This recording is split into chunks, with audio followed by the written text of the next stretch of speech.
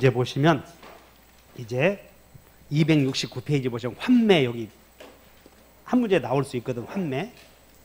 그 환매와 교환은 별개의 것이니까 교환에서는 한 문제가 나와. 그래서 환매는 매매계약을 체결함과 동시에 다시 사오기로 하는 걸 환매라고 불러요. 자,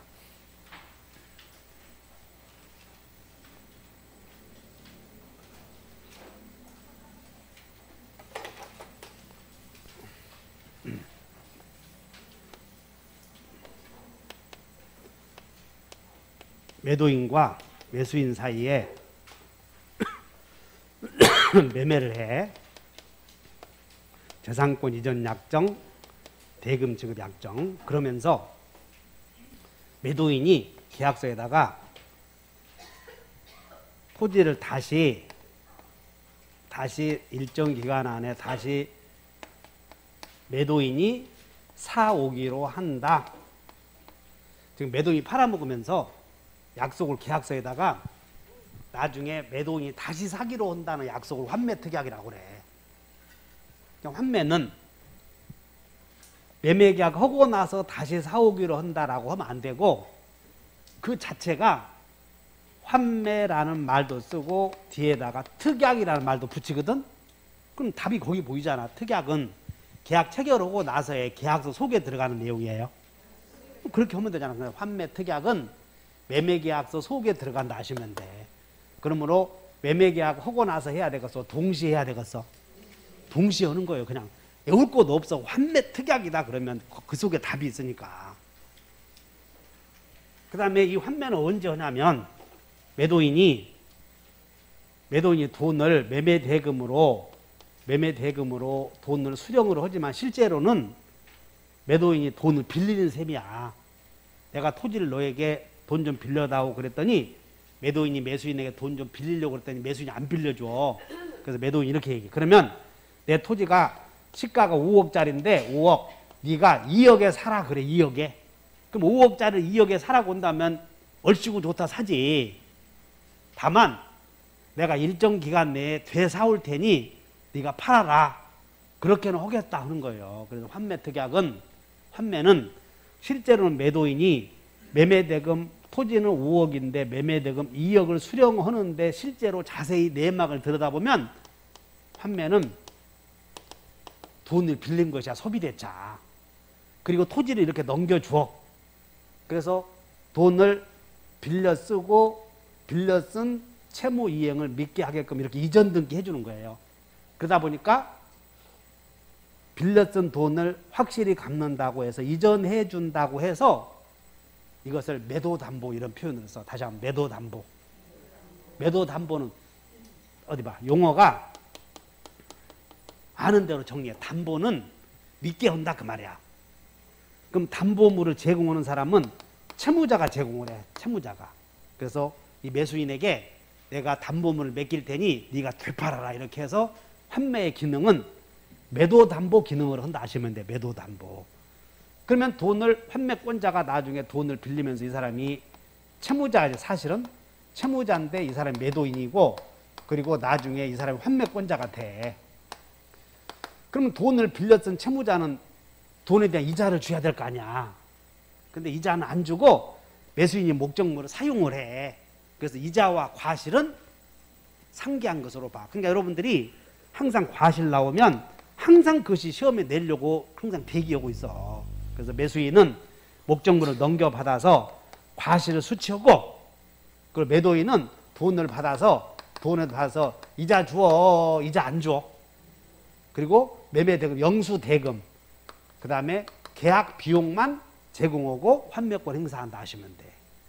그럼 이제 환매는 이렇게 매매계약을 체결하면서 우지기가 세주에게 팔아 이렇게. 그러면서 계약서에다가 환매특약부 매매다 해서 이전해줘. 그리고 우지기가 나중에 환매권자라고 등기를 하는 거예요. 이렇게 환매권자라고. 환매특약에서 여기다가 소유권 넘겨주면서 부기 등기를 해. 그럼 부기 등기는 대항력 있는 것이야 없는 것이야? 있지. 그래서 이 사람이 환매권자, 환매의무자 이 사람이 환매의무자가 3번 이렇게 팔 수도 있어. 이렇게. 그러면 이 환매권자 우지기가 지금 부기 등기 해놨잖아. 그럼 요 사람은 환매권을 원래 우직이는 세두에게 환매권 행사해야 되는데 환매 목적물이 제3자에게 넘어갔잖아 지금 수인이에게. 그럼 이 사람이 지금 환매권자야 지금. 환매권자, 환매 의무자. 그럼 환매권자는 요 환매권자 우직이는 애초에 거래한 세두에게 행사해야 돼, 수인에게 행사해야 돼. 이렇게 아시면 돼. 그래서 환매권은 부기 등기에 놓으면 대항할 수 있다 하시면 되고, 부동산은 몇 년 내에? 5년, 동사는 3년 내에 행사한다. 문제 보자. 자, 269페이지 2번 환매에 관한 설명이다. 대표 유형. 환매 특약 동그라미 쳐. 특약. 특약은 여러분 특약은 매매 계약하고 나서의 매매 계약서에 들어가. 매매 계약서에 들어가잖아. 동시에 받고. 특약이 없는 한 매도인이 환매권 행사하기 위해서는 매매 대금에 대한 이자를 지급해야 된다. 맞아 틀려? 그러니까 여러분 이거 이해해야 돼. 매매 대금 수령한 사람은 대금을 수령한 사람은 이자를 주어 안 줘? 왜? 이 사람은 넘겨받아서 과실을 수취하고 그 이 사람은 이자 안 주고 네가 사용해라. 그게 내가 이자 대신에. 그래서 이자와 과실은 상기한 것으로 본다. 그 얘기하죠. 그럼 이렇게 하셔. 환매 대금. 자, 환매 대금만 안다. 그럼 환매 대금은 이 사람이 나중에 환매권 행사할 때 대금 얼마 줘야 되냐면 받은 돈 2억에다가 이 사람이 계약 체결을 하는데 들어가는 비용 있지? 요것만 주면 돼. 그래서 영수대금, 계약 비용 두 개가 환매 대금이고 여기다 이자는 환매 대금에 들어가지 않는다. 그러다 동그라미 쳐 오른쪽에 환매 대금. 자, 2번에다가 환매 대금 별표 넣으시고 다시 환매 대금은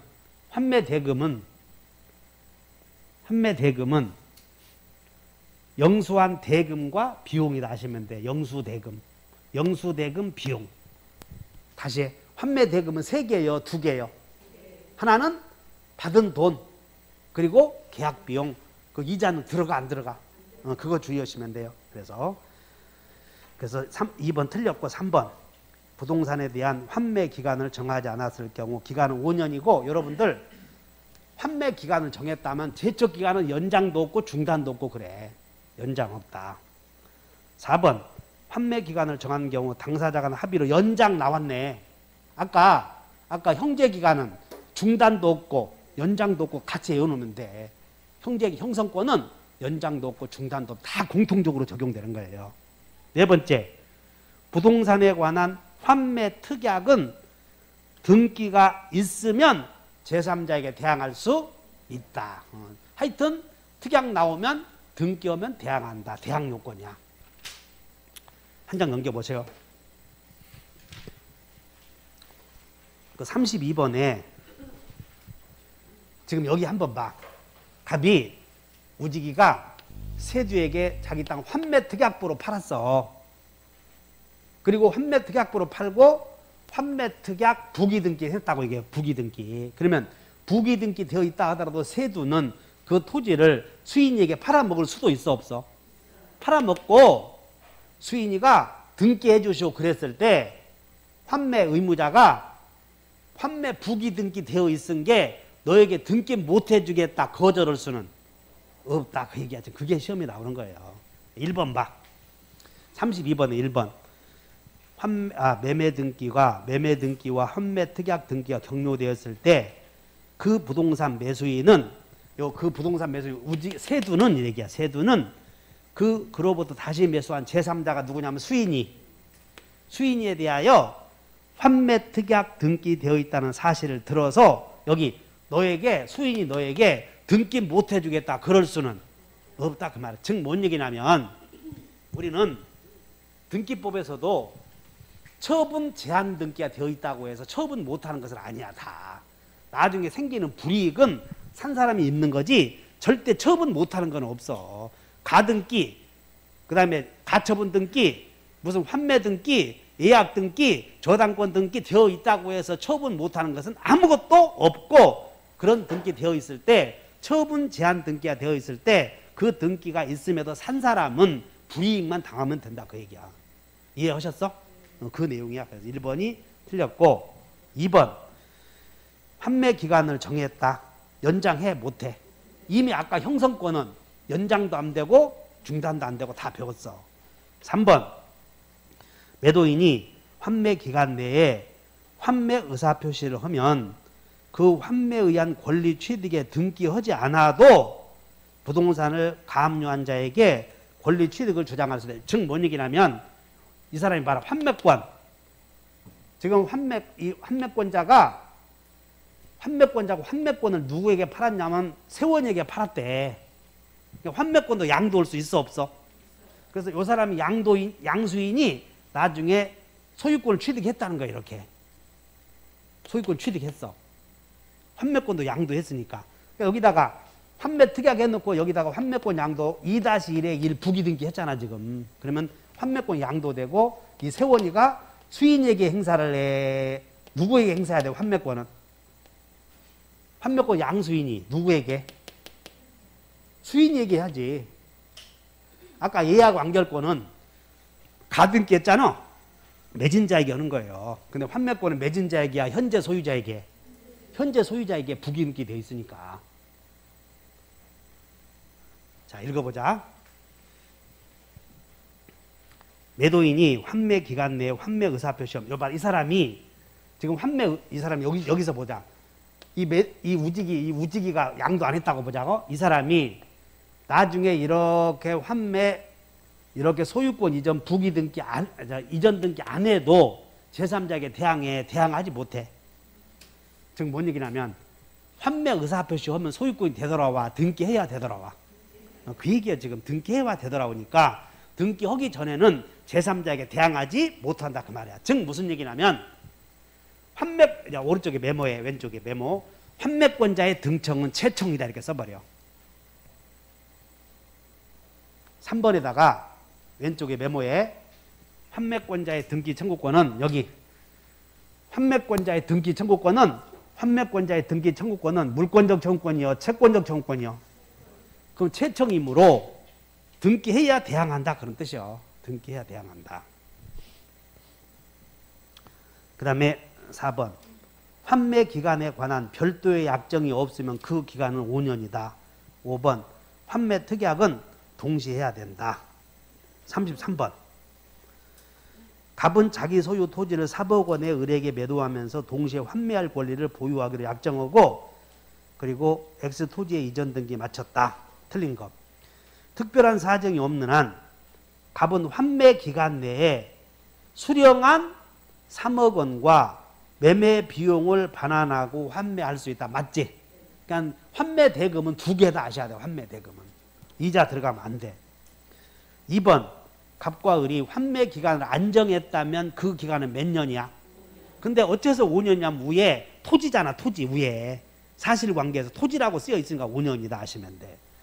3번 환매 등기는 을 명의의 이전 등기. 환매 등기는 해봐라. 환매 등기는 을 명의의 이전 등기하고 부기 등기 한다 나오잖아. 이렇게 부기 등기. 그러다 부기 등기 동그라미 쳐. 예약 완결권은 가등기하지. 그러니까 가등기하면 대항하지 못해. 아무 효력도 없으니까 가등기는. 4번 만약 갑의 환매 등기 후 병으로부터 X 토지를 매수했다면 을은 환매 등기가 있음을 이유로 이전 등기 청구를 거절할 수는 반복되잖아 지금. 이렇게 환매 부기 등기 되어 있다고 해서 수인이가 사서 등기해달라 그러면 환매 의무자 요 세두는 등기 못 해주겠다 거절할 수는 없다 그런 뜻이야. 5번 만약 갑의 환매 등기 후 정의 X 토지에 대한 담보권을 취득하기 위해서 저당권을 설정했을 때 나중에 환매권 행사하면 X 토지에 행사하여 등기를 마치면 정의 저당권은 존재에 소멸해버려. 환매권과 양립할 수 없는 모든 권리는 직권으로 소멸해버리는 거예요. 환매권 행사하면. 여기 이 사람이 이세원이의 수인이로부터 세원이가 환매권 양수받은 세원이가 환매권 행사하면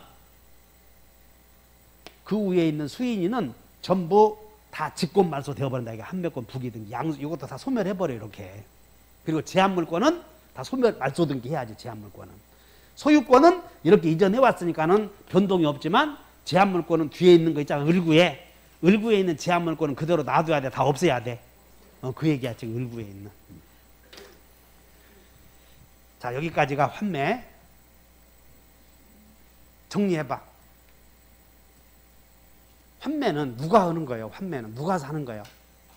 시장이 사, 매도인이 사. 매도인이 사. 다시 사온다고. 그럼 매도인의 이름으로 환매 부기 등기를 해. 그럼 매도인의 이 사람이 지금 매도인이 판다니까 시방. 매도인의 이름으로 환매 부기 등기 하잖아. 이 우지기로. 동의해? 그럼 환매 부기 등기 되어 있는 물건은 환매 의무자가 팔아먹을 수도 있어 없어?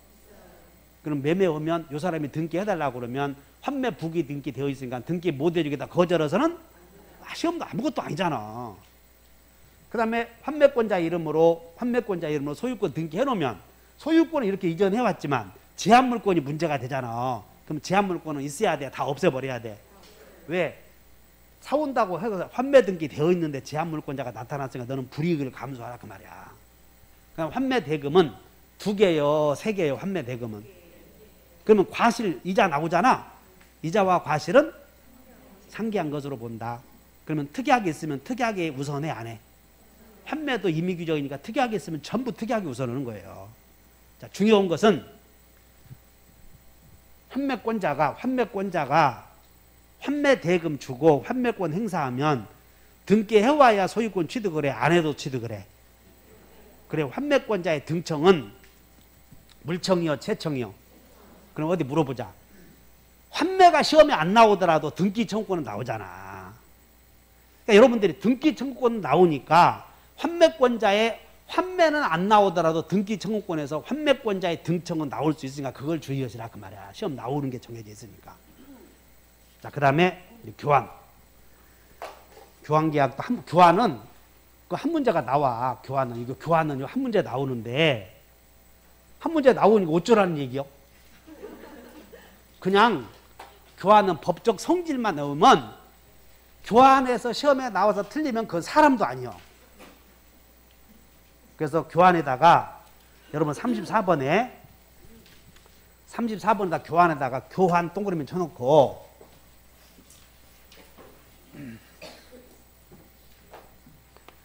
교환은 이렇게 나오면 동그라미 쳐놓고 위로 메모해. 교환은 성립과 관련하여 교환은 낙성계약이요, 요물계약이요. 하도 많이 해서 낙성계약.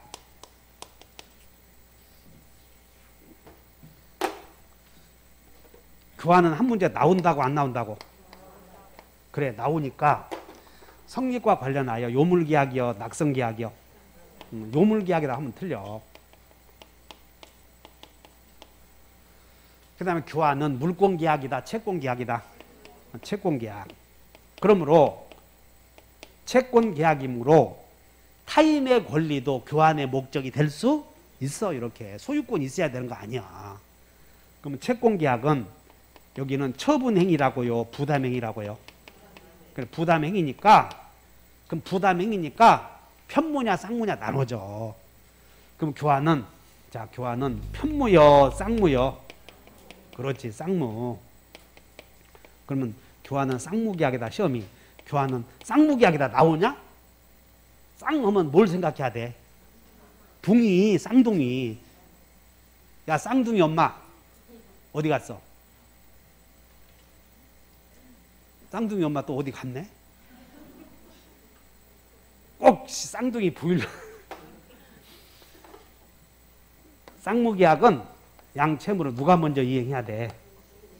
동시 이행해야 되고 일방의 채무가 소멸하면 타방 채무도 소멸하다 위험부담 문제가 생겨. 그럼 후불이니까 위험부담 나오면 대상 청구 이렇게 같이 생각해 줘야 된다니까.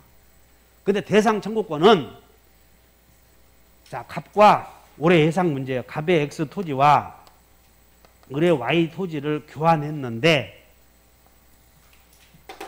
여기서 X 토지도 수용이 되고 Y 토지도 수용이 되었다면 후발 불능이므로 후발 불능만 나오면 후불 나오면 생각해야 될 게 대상 청구권 공통점이 그러면 갑의 X 토지도 수용이 되었고 을의 Y 토지도 수용이 되었다면 일방은 쌍방에게 모두 다 대상 청구권 행사할 수 있겠어 없겠어? 이게 이제 여러분 모의고사에서 냈던 것이야 이번에. 그러면 이 대상 청구권 행사하려거든 한 사람은 이행이 가능하고 한 사람은 이행이 불가능해야만 대상 청구권이 인정이 돼. 근데 둘 다 수용이 되어서 이행이 불가능했지. 그러므로 교환계약의 일방은 타방에게 서로에게 대상 청구권 행사할 수. 지금 내일 모레 모의고사 볼 거 있잖아. 그거 내가 예상 문제 하나 가르쳐 줬으니까 틀리면 절대 안 돼. 말기 못 알아듣냐? 지금 우리 매매에서 X 토지 1억에 매매했는데 이 시점에서 토지가 수용되면 채권자는 법률관계 종료를 주장하면서 부당이득을 반환하라고 해서 해결되든가 을은 자기 채무 이행하면서 대상 청구해야 돼. 이행 없이 청구해야 돼. 이행하면서. 그러면 대상 청구권은 일방은 채무 이행이 가능해야 돼. 불가능해야 돼. 그러므로 둘 다 수용되면 둘 다 이행이 불가능한 게 서로에게 대상 청구권 행사할 수 없다. 설득이 됐냐고. 그래서 다음 주에 동형 모의고사 보잖아. 그럼 그 문제 냈으니까 맞춰야 돼, 틀려야 돼. 틀리면 절대 안 되잖아. 그러니까 동형 모의고사라도 다른 학원하고 급수가 달라, 격이. 여기는 합격시켜야 되잖아. 그래서 여러분들이 꼭 가서 여기 와서 다른 데 볼 사람들은 나는 이제는 내 집의 범위를 떠났어. 그러니까는 뭐 와서 호흡 맞춰봐. 틀렸어. 이제 그때는. 틀렸으니까 그 다른 데 가서 있는 거 해커스 보든가 방문각 보든가 알아서 해. 와야 꼴도 보기도 싫고. 근데 그런 말을 할 수는 없지. 자, 여러분 나 쌍둥이. 무엇이라고 그러셨어? 그 다음에 나는 안 해도 될 말을 가끔 해서 이놈 주댕이가 문제예요. 그 다음에 쌍무계약만 나오면 다 유상계약. 그럼 유상계약만 나오면 매매에 관한 규정이 준용된다 이렇게 생각해야 돼. 매매가 준용된다. 그리고 교환할 때 교환계약을 하면서 돈을 얹어주기로 하는 경우도 있어 없어? 보충금을 주기로 할 수 있지? 그럼 보충금에 대해서는 보충금은 매매 대금이 적용되므로 보충금 주기로 해놓고 안 주면 대금 안 준 것과 똑같으므로 해지할 수도 있다 이렇게 하면 돼. 그 다음 우리는 사기 교환을 체결할 때 교환계약을 체결할 때는 목적물의 가격에 서로 다 양 당사 서로 뻥을 쳐 안 쳐? 치잖아 일반적으로.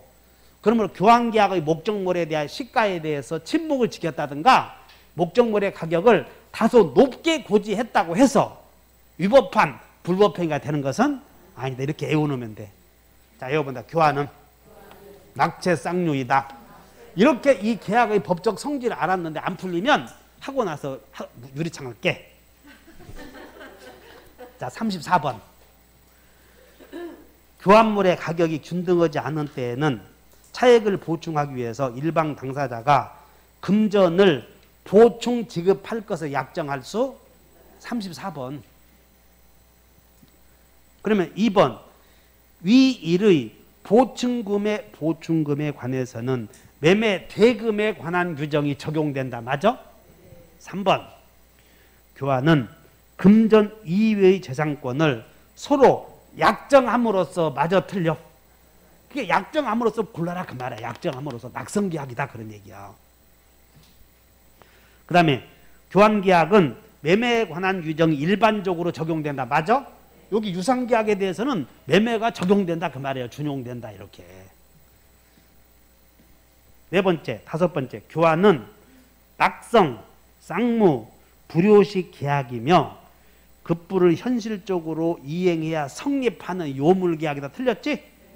낙성계약이라고 하지 않았어. 35번 옳은 거. 35번 교환은 유상 쌍무계약이다.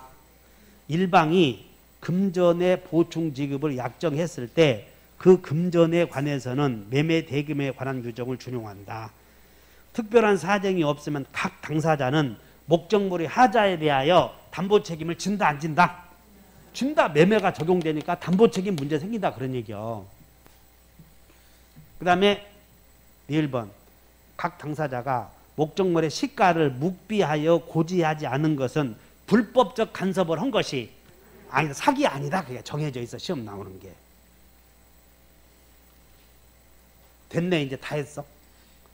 자, 여러분들 교환은 낙체 쌍류이다.